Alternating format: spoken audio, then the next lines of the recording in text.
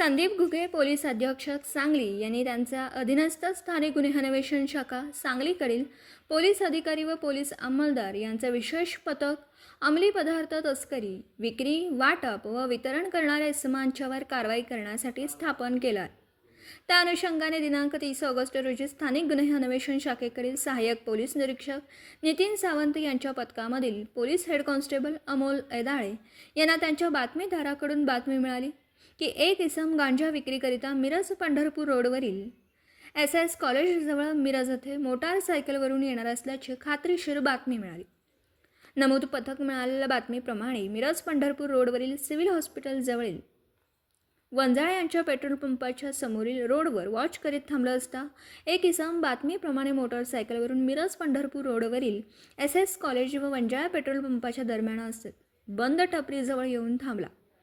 त्याच्या पाठीला काळ्या रंगाची सॅक अडकवलेली दिसली.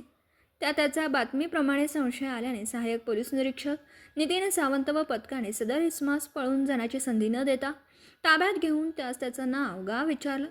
त्याने त्याचं नाव चेतन कुमार चौगुले, वय वर्ष 30, राहणार आशा टॉकीजवळ मिरज, जिल्हा सांगली असं असल्याचं सांगितलं.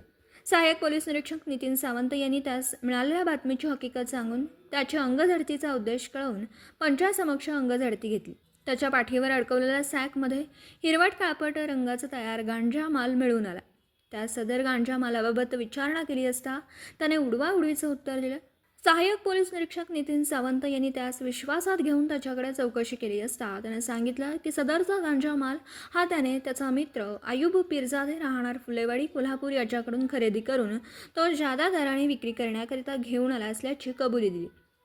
लागली सदर आरोपी व गांजा माल सहाय्यक पोलीस निरीक्षक नितीन सावंत यांनी पंचासमक्ष जप्त करून मिरज शहर पोलीस ठाण्यास याबाबत गुन्हा दाखल करण्यात आला. पुढील तपास मिरज शहर पोलीस ठाणे करीत आहे.